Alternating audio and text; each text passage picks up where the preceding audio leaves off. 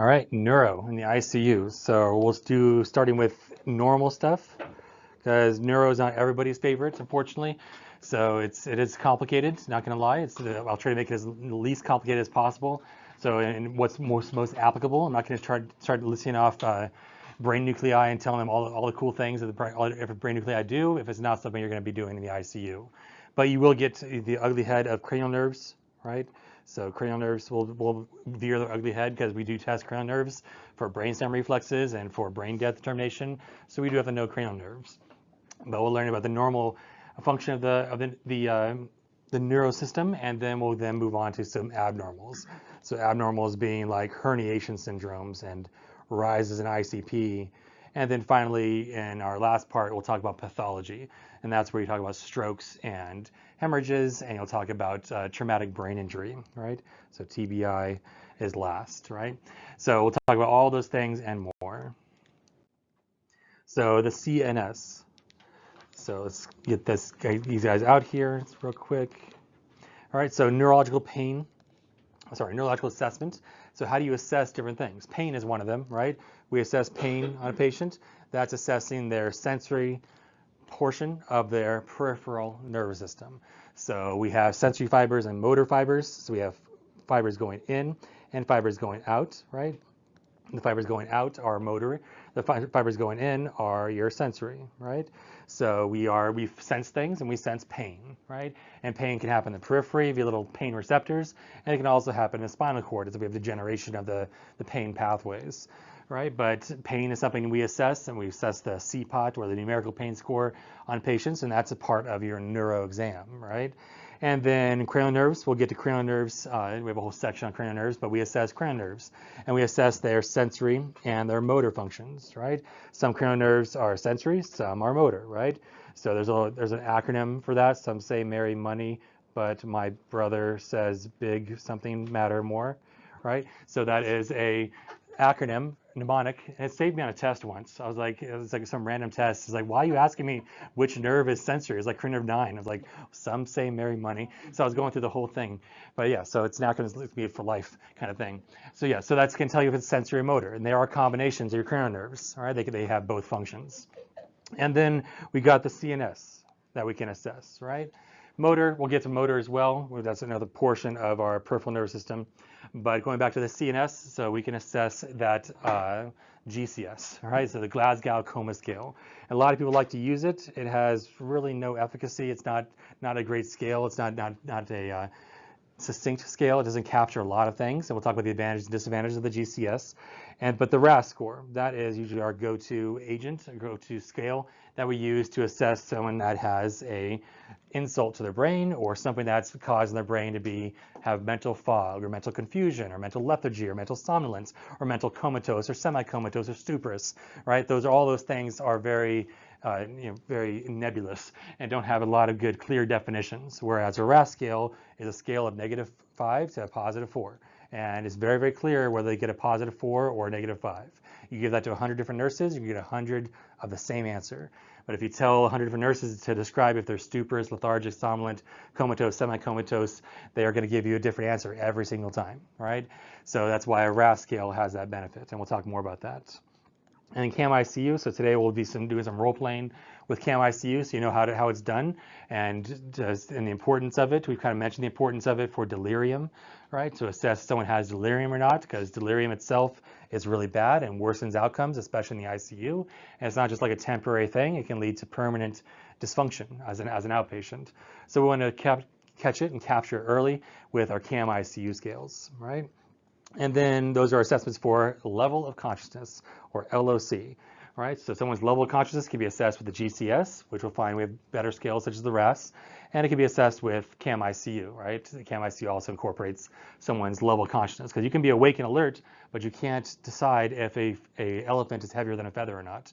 It's really, really hard information for you to process at that point. So you might be delirious, right? So then we have, that's kind of the content of thoughts. Right? You're awake enough to talk and such, or to make decisions and answer questions, but you might not have the right content of thought, which is a type of delirium. And then we move on to functional skills. So skills that assess the function of the CNS, right? So that'd be like the stroke scale, such as your FAST scale, your face, arms, speech, and time, right? And it's now that called the B-FAST scale, all right, balance and eyes. But that's going to assess the function of the brain, right? Do you have good balance? Do you have good eyes? Do you have good FAST, right? What is FAST again? Do you have a good face? It's like, I have a good face. What are you talking about, right? So do you have facial drooping? Do you have arm weakness? These are specific functional pieces of the CNS being broken down, and it gets broken down or gets impaired blood flow during a stroke process, right? Another way to assess a stroke is with the NIHSS, the National Institute of Health's stroke scale, right? Which you all got checked off on in a wonderful 4-hour health streams, right? So that's something that you get competency every year, and that's something that you know how to assess the function of the brain, right? Of the CNS specifically. We're not looking at function of the motor and sensory pieces of the peripheral nervous system. We're looking at the brain's interpretation of those signals. Because again, the brain's going to interpret sensory information, and it's going to deliver motor information, right? Yes, if they have facial drooping, it's originating in the CNS, and yes, that motor extremity, or that extremity that motor signal is going to, will be weak or flaccid. But we are, when we're doing stroke scales, we're assessing the brain primarily. But we can assess the periphery. I mean, they might have deficits or neurological deficits from their stroke, right? So we can assess the autonomic nervous system, the ANS, or the somatic nervous system, right? Because the motor has 2 divisions. Our autonomic nervous system has our things that we cannot control, right? Right now, I can't tell you to, let's see, I can't tell you what's a good motor symptom. I can't just say pupil dilate now, right? You can't just dilate your pupils, right? You can darken the environment to make them dilate, but if you know how to work your pupils, but you can't just dilate your pupils, right? You can't say, just go ahead and give me the sensory function, the posterior 1/3 of your tongue, right? Turn that off for me real quick, right? That's again a sensory situation, but you can't adjust those things, right? So autonomic means something you can't control, whereas we have things we can't control and things that we can control, right? We can move our arms. We can have a wide movement of our arms, right? We can have a fluid movement or a spastic movement. We can have a weak movement. So these are all things we can assess on the motor side, right? And we'll talk about each one of these, movement, tone, and reflexes, to assess if someone has intact motor function, okay? And then sensory, yes, we talk about pain, but also there's vibration, temperature, and proprioception. That's your awareness of yourself in space, right? Like I wasn't aware of this thing on the floor very, very often, but my own extremities, I know where they are in space, right? So I can walk appropriately. I know where to put the pen. I know these things, where things are, right? And also pain, temperature, and vibration are assessed as well. The little sensory fibers that are sitting in all of your tissues, right? Of course, we have more in our fingers compared to our hip, right? So we have a little more discrimination in the sensory fibers. And then cranial nerves, we mentioned already, these guys are a little bit of both. They could do both sensory and motor things. And there are some ones that are voluntary too, right? Like your cranial nerve 11, your accessory muscle, your accessory nerve, it controls your trapezius, right? And your sternocleidomastoid. So it's ability for you to raise your shoulders is an assessment of your cranial nerve 11, right? But like your gag reflex, yeah, you could assess that, but that's your cranial nerve 9 and 10, your vagus and your hypoglossal, right? Those guys are able to assess if we do certain maneuvers. And we'll talk about all these maneuvers when we talk about assessing cranial nerves in next upcoming sections, right? So also just to clarify, sometimes when you look at motor diseases like myasthenia and Guillain-Barré, ALS, multiple sclerosis and such, they classify things into lower motor neurons and upper motor neurons. I was like, was that top half, bottom half? What does that mean? It's just CNS and peripheral. It's just a division of the motor system, right? The motor system starts in the brain and it goes out to the fingertips or goes out to the toes, right? So we have that motor neuron is going to start in the CNS and it's going to eventually synapse at the spinal cord before it leaves the spinal cord, right? Before it leaves the spinal cord and goes down to the toes, let's say, right? So that in purple is our upper motor neuron and in red is our lower motor neuron, right? And lower motor neurons provide the trophic factors, the growth factors for our extremities. So you see someone that's really, really flaccid, it's probably because they got paralysis of the spinal cord at a certain level that caused that lack of lower motor neurons. They can still send the signal down to that extremity, but it gets stopped because they had a spinal cord injury, for instance, right? Yeah, so the atrophy happens quicker in someone with lower motor neuron disease, right? Someone with like ALS, for instance, right? They're losing that signal to their lower motor neurons. All right, so the GCS. So this is all about GCS, about the advantages and the disadvantages, and the GCS in general. We're going to spend more time on the motor on the next slide, but this is going over the eyes, right? Our eye opening, our verbal response, and a little bit about motor too. Motor is confusing. That's why we're going to dedicate a slide to it. If you notice that only about 50% of neurosurgeons get it right every time, right? If they get a GCS right, and about 38% of ED providers get it right the first time, right? When they're assessing a GCS on a patient. So obviously, you don't have to feel bad if you can't remember it that well, right? So there's a lot of discrepancies, a lot of discrimination, a lot of things that are not great about the GCS. So we'll talk about why it's good and why it's not, right? When you do report it, to report a accurate GCS, you want to report a actual assessment of each category. So a 4/1/4 or a 4/5/6. That's a GCS. Obviously 15 is 15, but you don't want to just say GCS a 9. Was that 4/4/1 or 1/4/4 or 4/1/4? What was 9, right? How did you get 9, right? So we want to assess which one it is because there's differences in mortality. If you look at traumatic brain injury, a GCS of 4 has a 50% mortality, right? That's if it's a 2/1/1. If it's a 1/1/2, that's also 4. That has a 20% mortality. There's a big discrepancy there. So you don't just report a GCS as a whole number. It's like, oh, the GCS is 9. That doesn't tell us a lot, right? When your GCS is 8, though, you kind of get a ballpark of that they're not doing great. And usually a GCS of 8 means to intubate. That's time that you usually consider intubation. Also, if you have GCS of 8 and you got CT findings of like a hemorrhage or something, that's usually time to place a EVD or an external ventricular drain for someone with a elevated ICP. So that's another good ballpark. But also categories of TBI, like we mentioned, right? TBIs can be kind of start getting really, really bad when they start getting 9 to 12 versus 8 to 10. So there's and of course we have to know which one it is. Is it 4/4/1 or 1/1/4, right? Or 4/1/4. So advantages of this is it is the most widely recognized, right? It looks like it should work. It doesn't, right? There's no evidence it actually works and will actually have good outcomes, right? If we look at GCS alone, there's better scales and things out there instead of GCS. All right, it's very, very quick, right? So it can be done really quickly, determine how severe someone's coma is. And again, it's called the Glasgow Coma Scale. So some Scottish people in the 1974 developed this Glasgow Coma Scale to assess all the people in their ward. Right, back in the 50s and 60s, people who were comatose went to not like a nursing home, but like a comatose home, and they were assessed how bad they were. So this guy's GCS of 10, this guy's GCS of 7, this guy's GCS of 13, and they're able to kind of categorize them and determine like what kind of care they might get, for instance, how much medical care they might need. But as you can tell, there's a lot of discrepancies that might happen, right? So, you assess, how do you assess someone in the first place? You're walking to this ward in 1974, you're going to assess, do they respond to just you walking in the room?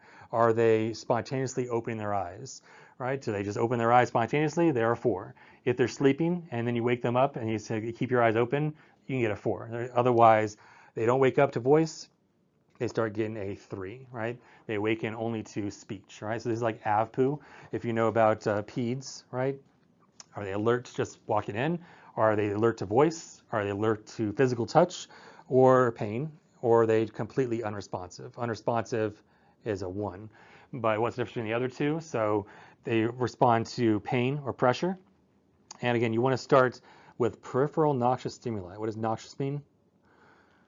Abnoxious means painful, right? So you want to make peripheral noxious stimuli is something peripheral, right? We're not going to go in and start doing sternal rubs till the cows come home. We're going to be doing peripheral noxious stimuli. That's where we pinch. Do we pinch? No, we don't pinch. We put a lot of pressure on the lanula. If you haven't had your nails done, like myself, then you might, well, I've done, have my daughter do my nails, but we haven't had like a proper manicure, right? The little white piece at the base of the skin to the where your fingernail meets the skin. Everybody's looking at their nails right now. Yeah, I got a good lannular right there, right? So the lannular pressure, that is a noxious stimuli. So if you have your friend next to you apply some lannular pressure with a pen, so that it's going to hurt. And you're going, wow, stop it, right? So that means you are responsive to it. Some people are not, right? If they are not, then we're going to upgrade to a central noxious stimuli. So central meaning not peripheral. That means we are not doing lannular pressure anymore. Pinching is not a good idea because you're going to start. It's going to look right for the families. I'm going to pinch you now, right? So it's like it's going to make sure that you're doing something that looks like a medical intervention, right? So then we're going to do central noxious stimuli, where you're doing what's called a trapezius pinch, right?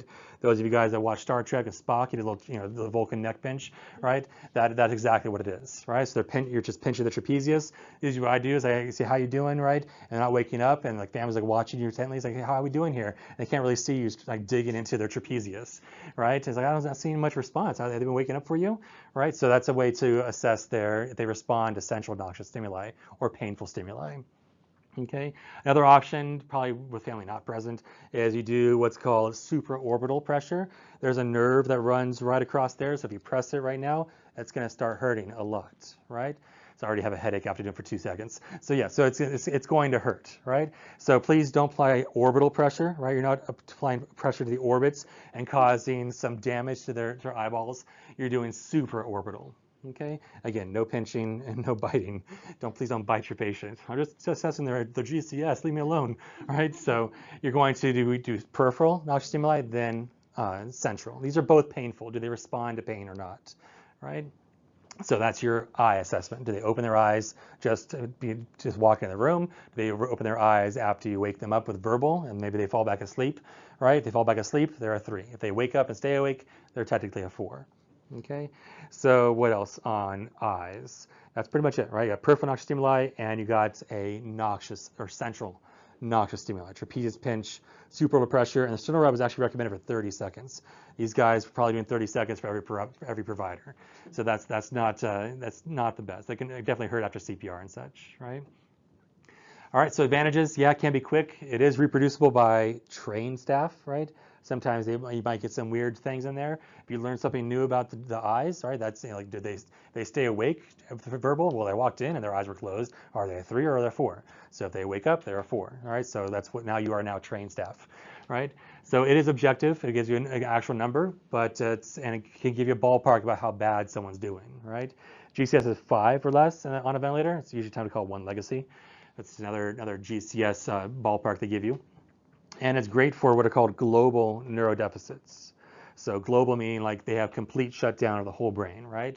They don't have a stroke, right? They have a stroke of the right MCA territory, the right side of the body. Now the left side of the body is comatose and the right side is not. What's going on, right? Why can't you open your eye? Or like verbal, why can't you speak good, right? Well, it's not because it's because of my stroke, right? Or why can't do I get a 1 on my motor on my left side and a 6 on my right side? So do I average together? Is that a 7 divided by 2? Is that 3.5? How do I get a GCS if someone has a focal deficit, right? So this is great for global deficits where they have a global coma. They're like in a vegetative state or they're in a minimally conscious state. This is something where you can assess someone, again, in 1974 Glasgow. All right, so again, disadvantages. So why was this not great, right? It's not, again, for a single score. You want to give a complete GCS. You want to say GCS of 4. You want to say a GCS of 2T. What is 2T? So 2 being a 1 in eyes, right? They don't open to eyes. And they got a 1 in motor. They don't respond at all. And they got a T for tubed. They're intubated. You can't really get a score if someone's intubated for your verbal, right? So do they have like confusing speech or the clear speech? Do they have, you can't really assess if they're oriented or confused when we're looking at verbal, right? But if looking closer at your verbal response, are they talking alert and ANO times 4 or are they ANO times 3, right? So, or ANO times 2. ANO times 4 is a new concept for the last 20 years. So you hear people interchange that 3 times 3 or times 4. But definitely anything less than times 3, they're going to be confused, right? They're not alert to their person, place, or situation. They might be very, very conversant, talking your ear off until they go asystolic on the cath lab table, right? So this might be a situation where, yeah, they are oriented, or they might be just pleasantly confused, right? And we've got inappropriate words. This is where not where they're like shouting expletives and like cussing you out. This is where someone has like garbled speech. They're aphasic of some sort, right? And then incomprehensible sounds might sound like incomprehensible speech, but it is where someone is not really forming words at all. They might be trying, might be grunting, might be groaning, but they're not making actual words is the key difference between those. Okay, and then no response makes sense, right? I can't get them to talk to me. Is it me? Am I offending you somehow, right? So it's, they're not talking at all, or they have a tube in place, right? So you can't assess if they have incomprehensible words or sounds if they have a tube in place. So it'd be like a 2T, for instance, or if they are awake, they're opening their eyes, looking around, and they're moving all extremities for you, and you say, well, they're a 4T6, right, or 10T, right? You can think 10T is the max score for that patient that is intubated. All right, so again, this is not great for someone who's intubated. Are patients intubated in the ICU? Yes, so that's why it's not the best scale for that reason, right? It doesn't assess brainstem reflexes, which we'll find out are pretty important. That's your cranial nerve assessment. It doesn't assess pupils, doesn't assess your hearing or your smell, doesn't assess your caloric reflexes, doesn't assess your doll's eyes, doesn't assess anything brainstem related, right? Because someone could be comatose but have no brainstem reflexes, and that's much worse than someone who has brainstem reflexes and is not moving, right? If someone's not moving and they don't have a coronary reflex or pupils are blown and dilated, that's a much worse patient than someone who has reactive pupils, right? So the GCS does not take for advantage of brainstem reflexes. We talked about the performance, right? Neurosurgeons only get it right half the time, right? ER physicians are a little bit better than a coin flip. So it could be a problem that it's not accurate in that fashion. And it's really the motor section right here in the middle. 3, 4, and 5 is usually where they get caught up on. 6 obeys commands. Oh, perfect, right? They obey commands. I understand that. But once you start talking about flexion withdrawal and localization and withdrawing and corticate to cerebral posturing and flaccidity, they get kind of thrown off, right? So V or T, does that score 1 or V? Are they a 10T or are they 11 GCS? I don't know what does T stand for. It doesn't stand for anything. It's just a T, right? But sometimes you'll get someone report, GCS 11. They're a 10T. Oh, that's not 11. That's a 10T, right? And there's language barriers. Someone might not understand, right? And then small children can't do a GCS, so it's why we do the AVPU as a substitution, right? Are they alert to pain, verbal or not? And then we have it could be affected by sedation, alcohol. Most scales would be as well. All right, and then accuracy. There's a lot of inaccuracy once you get in the middle range. When you're at a 3, which is a toaster gets a GCS of 3 also, which is kind of weird. It's like, why does an inanimate object have a GCS score, right? It should be a 0, but you can't. It's impossible to get a 0 on your GCS, right? Everybody gets a 3 by default, or a 2T. Or if their eyes are swollen shut, they get a C for eyes. So it could be a CT1, right? So is that a 1 or is that a 3, right? So there's a little bit of discrepancy in there, right? Again, the creators never just decided this was a accurate way. It was just a way for them to kind of categorize and decide what kind of help was needed in their ward of comatose patients. Okay, so we're going to spend more time on the motor assessment, right? Since that's the part that gets confusing, and this will help us understand some more pieces down the road when we assess some breakdown of these normal pathways, right? So again, GCS of 6 means they obey commands, they follow commands, perfect. Now we're getting to the hairy area where they are not following commands, right? Or they're doing something weird, right? If they're not doing anything at all, that's a 1. That's flaccid. That's easy, right? They're not responding to any kind of noxious stimuli, and they're not moving at all. That's a flaccid patient, right? Now we're going to start at 5, right? 5 is where they localize pain, right? They're reaching for a stimulus of some sort. So you start doing a trapezius pinch, and they're going to reach over and they're going to touch your hand and say, stop it, right? Or they reach over and they touch an IV on the other side of their body. So basically they've crossed midline, right? So midline is middle, right, of your brain, if you split the body in half. If they cross that technically is a 5. They are localizing pain. Well, how is that different from 4? 4 is flexion withdrawal, because if I reach across and I touch my head right there, that's flexion, isn't it? Flexion is where two bones getting closer together, right? That's flexion. So extension is where two bones are getting farther away from each other, where my muscles are relaxing. So the muscles are contracting. They're contracting. Well, how is that not localizing? Localizing is where they reach over and they cross midline, right? Flexion is where they just flex a little bit, right? You see some flexion happen. It's not the whole body flexing. It's like one area of the body is flexing, right? Like you pinch them a little bit and they start flexing a little bit. Their shoulders might look like those water bottles in the store, right? They might flex a little bit, or they're moving their arms just a little bit, but they're not actually reaching towards your stimulus or your noxious stimuli and trying to take it away. They're not trying to reach towards a peripheral IV. If they pulled out a peripheral IV, automatically at what?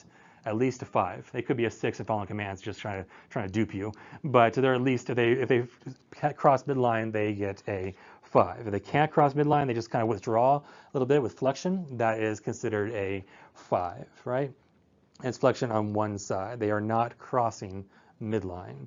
And then we have the decorticate posturing and decerebrate posturing. So these guys involve a nucleus in the brain called the red nucleus. It's located in the midbrain right here, right, at the base of the skull. So this midbrain is, the nuclei is responsible for flexion. Its whole job is to flex. If you gave it the light of day, you gave it free rein, it's going to flex everything known to man, right? All its job is, what it wants to do is, red nucleus in red here, it's like flex, flex, flex, flex, flex, flex. I'm a flexor, right? So that's what it does. It flexes, right? And normally, you and I, we are not always flexed all the time, and we look weird, right? What we do is we inhibit the red nucleus. That's our job. We inhibit the red nucleus. We allow it to have its day sometimes when we want to flex, right? And do a movement that requires flexion, right? So sometimes we do allow it to do its thing. But if we have an injury to our cerebrum, and where's our cerebrum at? That's the cerebellum, is at the back of the brain. The cerebrum is the cerebral cortex here, right? So on the cerebellum, of course, is the back over there. This is the cerebrum, right? So the cerebrum is affected, right? It is not working. Now the red nucleus has free rein, right? And the red nucleus can now flex all at once. So if we have injury to our cortex, our cerebral cortex of some sorts, right? Whether it be a global insult or they have like anoxia, or a global insult because of like a medication or lab value that's building up, this can cause a global cortex problem, right? Where the cortex can't work and the cortex can't inhibit the red nucleus anymore, right? So the cortex is now offline, right? If the cortex is offline, what do we have? What are you left with? Flexion. We got arm adduction, which is flexion. We got wrist flexion. We got forearm supination, which is two bones getting closer together.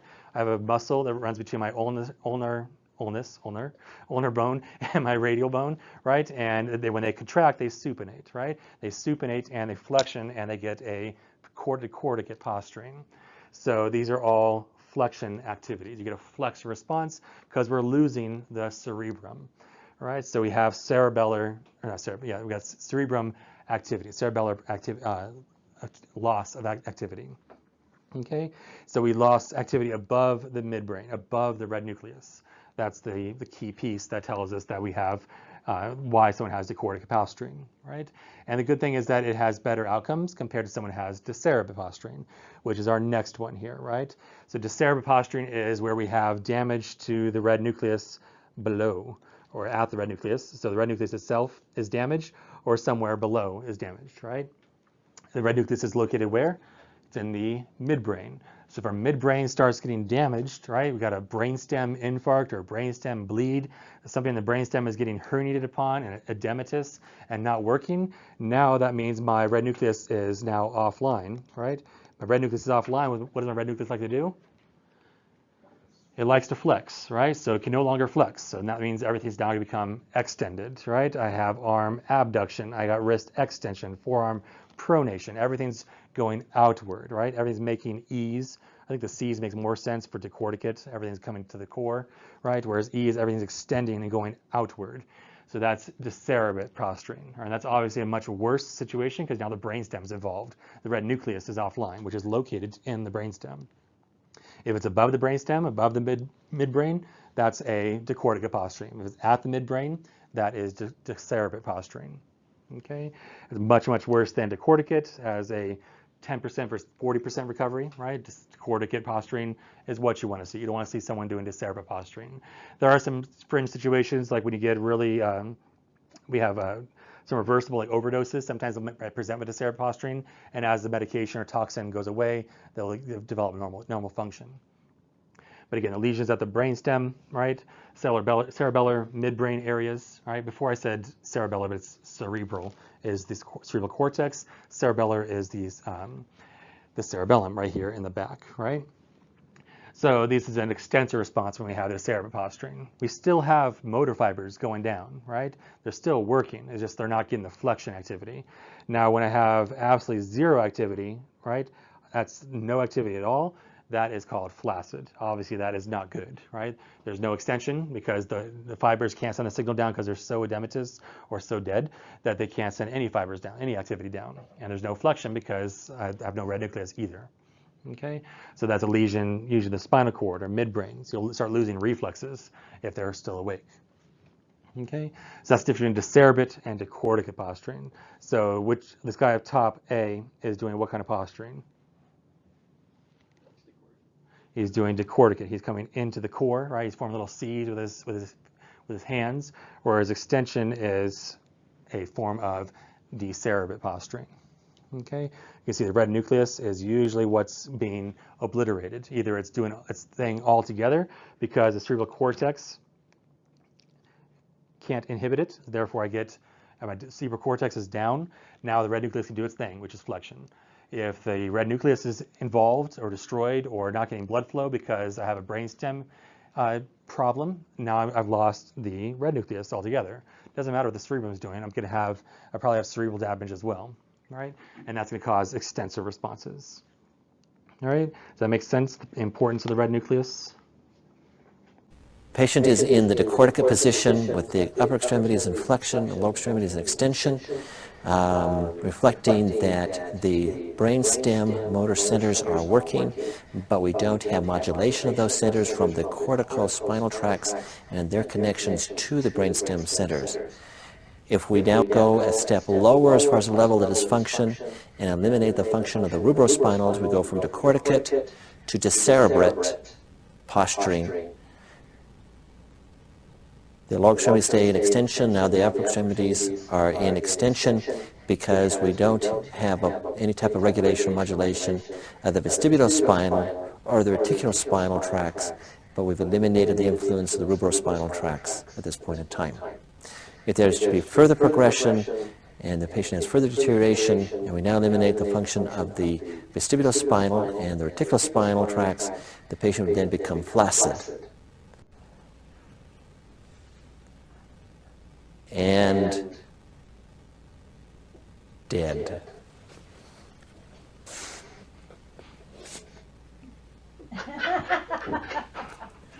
Where do you find this? At the end. All right, so yes, that's an illustration. Of course, they're describing all the tracks involved, but all these are all motor tracks that originate at the red nucleus, right? Or the red nucleus puts its effect on it. And just a quick point about the Babinski reflex, which is not really a reflex, it's an abnormal situation. You just have plantar flexion for both of them, right? And we'll talk about the Babinski in a little bit. It's abnormally named, it's not named appropriate, and no one wants to take fault for it.